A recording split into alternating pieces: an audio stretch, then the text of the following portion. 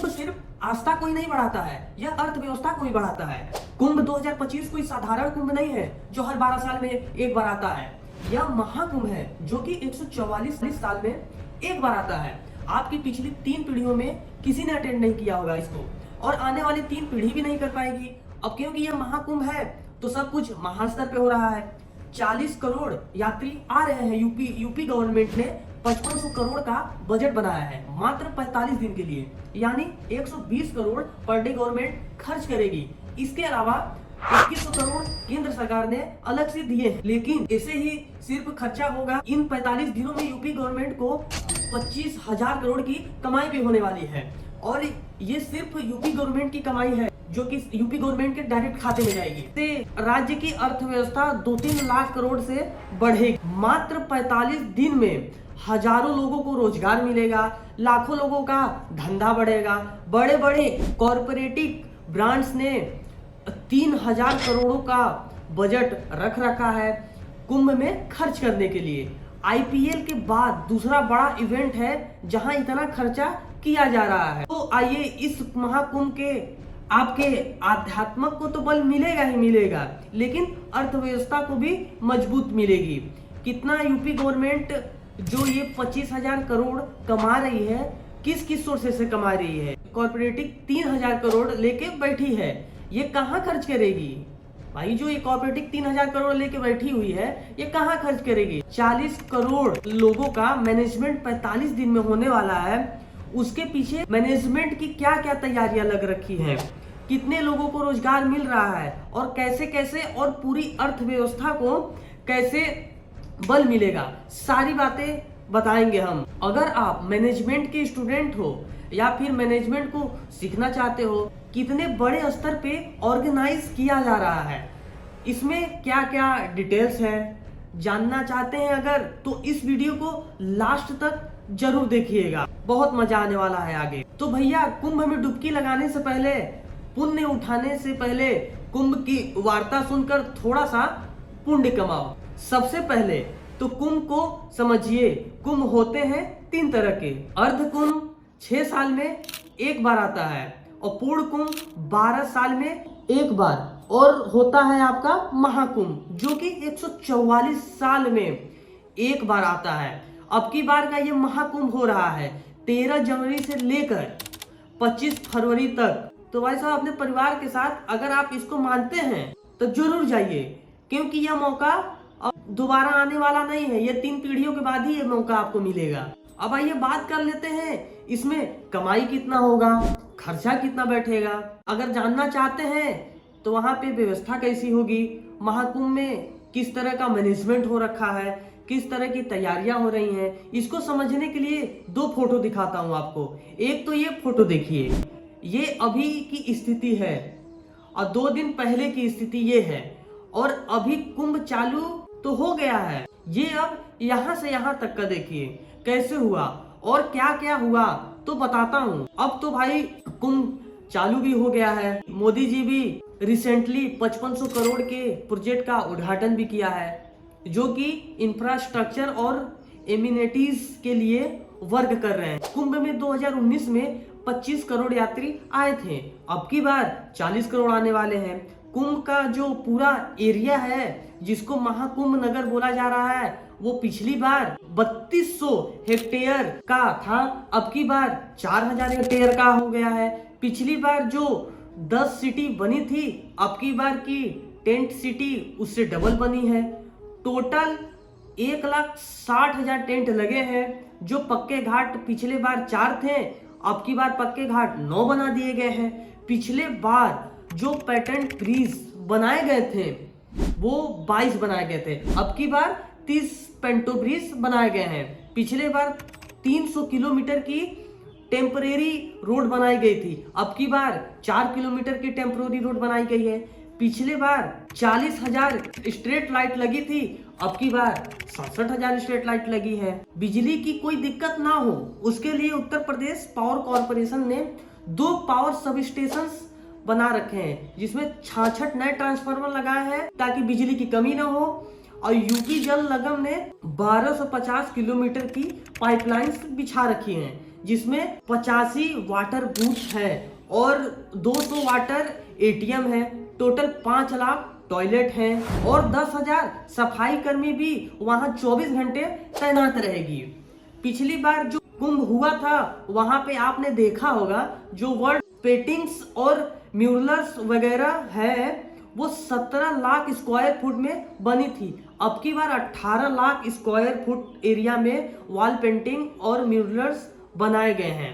यात्रियों की सुविधा के लिए आने जाने के लिए 7,000 रोडवेज बसेस की तैयारियां की गई हैं।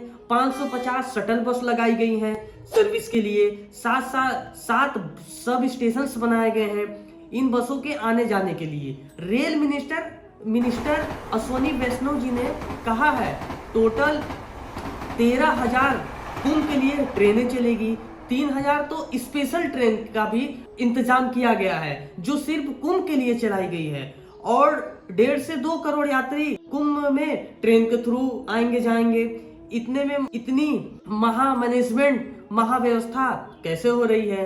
क्योंकि भैया वहां पे जितने भी अधिकारी लगे हुए हैं, जितने भी अफसर्स वहां पर कुंभ मेला में लगे हुए हैं, वो इसको काम मानकर नहीं कर रहे हैं। वो बोल रहे हैं कि हमें टीए की टेंशन नहीं है, न डीए की टेंशन है, ओवर टाइम की भी टेंशन नहीं है, छुट्टी की भी टेंशन नहीं है। हमें ऐसा लग रहा है कि हम सेवा कर रहे हैं। इतने दिनों के बाद कुंभ की व्यवस्था करेंगे, इतने लोग आएंगे, हमें पुण्य मिलेगा ही। तो भारत में आस्था है, उसके चक्कर में इतना बड़ा काम हो रहा है। 8,000 जो नाविक है वहां पर उनको एंकर मैनेजमेंट की ट्रेनिंग दी गई है और उनको बोला गया है कि देखिए भैया आप किसी से गुस्सा नाराज मत होइएगा, सभी से बढ़िया से आराम से और ढंग से बात करिएगा। डिजास्टर मैनेजमेंट की ट्रेनिंग अलग से दी गई है। विश्व का सबसे बड़ा अस्थायी हॉस्पिटल्स बनाया जा रहा है जहां की 45 दिन में 5 लाख मोतियाबिंद ऑपरेशन होंगे हर रात में। जो जिम्मेदार अफसर है वहां पर वो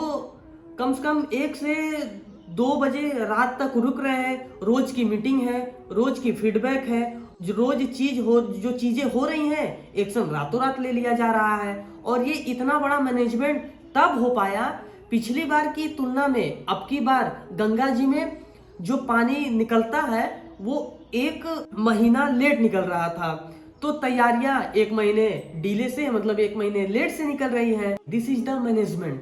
अब हम चलेंगे सरकार के खर्चे और सरकार के रेवेन्यू के ऊपर, लेकिन उससे पहले एक इम्पोर्टेंट अनाउंसमेंट। कुंभ का जो मैनेजमेंट सफल हो पाया है क्योंकि ये जुगाड़ पे नहीं, सिस्टम और प्रोसेस पे चल रहा है।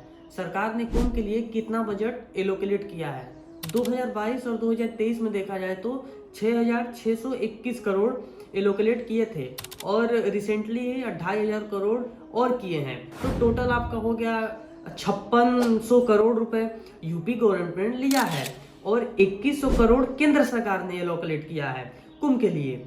2023 में जो कुंभ हुआ था यूपी गवर्नमेंट ने इनकम हुई थी वही करीबन 12,000 करोड़ और अब की बार पूरी एक्सपेक्टेशंस यानी कि भरोसा है कि 25,000 करोड़ रिवेन्यू करने वाली है यूपी गवर्नमेंट मात्र वो भी 45 दिनों में। आखिर कैसे करेगी 45 दिनों में वही 25,000 करोड़? तो आइए उस पर भी आ जाते हैं। तो पहला तरीका है जीएसटी। तो भैया मेरे 40 करोड़ लोग यूपी आएंगे, वो आएंगे तो होटल में ठहरेंगे, रुकेंगे तो वहां भी जीएसटी है, खाना खाएंगे तो वहां भी जीएसटी है। जहां पे जिस भी चीज पे वो खर्चा करेंगे पैसा सब चीज में जीएसटी है।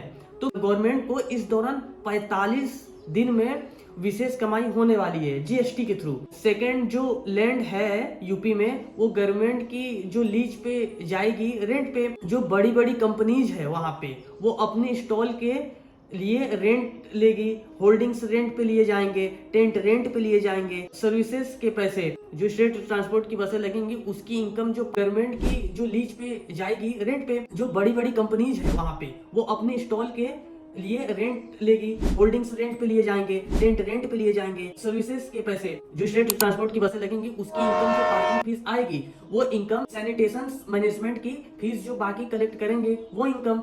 अब लाइसेंसिंग जितने भी वहाँ वेंडर्स दुकानें डालेंगे उनके वेंडर्स परमिट खाने पीने चीजें भी लगेगी वहां पर। फूड कमाई वो भी कमाई है बढ़िया अच्छा खासा। लास्ट में एक होता है स्पिल इफेक्ट।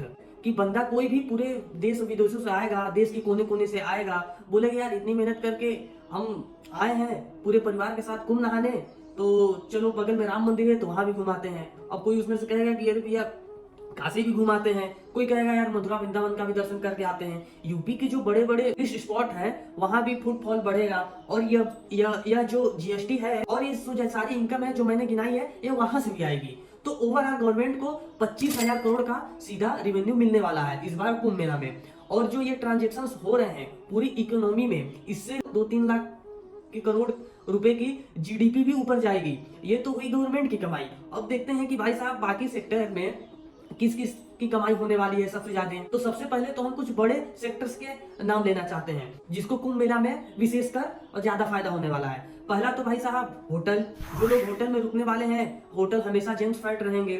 फिर भाई साहब जो भी लोग हैं, जो टेंट कंपनीज है रेंट पे प्रोवाइड करती है, टेंट भी फुल रहने वाला है। फिर उसके बाद इतने लोग आएंगे तो भूखे तो रहेंगे नहीं, तो ये रेस्टोरेंट खूब चलने वाले हैं। पक्के रेस्टोरेंट जो है वो भी चलेंगे, ढाबा जो है वो भी चलेंगे, रास्ते में आने जाने वाले हाईवे खूब चलेंगे। और वहां पे जो स्ट्रीट वेंडर्स घूमते हैं, कोई चाट बेच रहा है, कोई पकौड़ी, कोई चाउमीन, कोई नाश्ता, कोई भेलपूरी, तो कोई चाट, तो जो भी जितने भी ये सब बेचने वाले हैं वो स्ट्रीट वेंडर है। और वहाँ जो स्ट्रीट वेंडर है वो चाय की स्टॉल, पूजा माला, फोटो, तस्वीर आदि के वहां पे स्टॉल्स लगेंगे, वो भी बिकेंगे।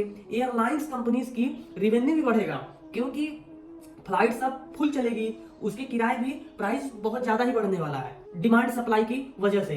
तो एयरलाइंस कंपनी के प्राइस बढ़ने वाले हैं, इंडियन रेलवे को बहुत ज्यादा बेनिफिट होने वाला है। टिकटिंग रेवेन्यू से बसेस कंपनीज, जो सरकारी बसेस हैं तो सरकार कमाएगी, सरकारी बसों से तो सरकार कमाएगी, प्राइवेट बस है तो भी कमाई होगी। छोटी मोटी गाड़ियां जो रेंट पे चलती है ये भी बहुत कमाने वाले हैं। और जितने भी टूरिस्ट पॉइंट है वहां के टिकट और आसपास के लोगों को बेनिफिट होने वाला है। अब बात करते हैं कॉर्पोरेट स्पेंडिंग की।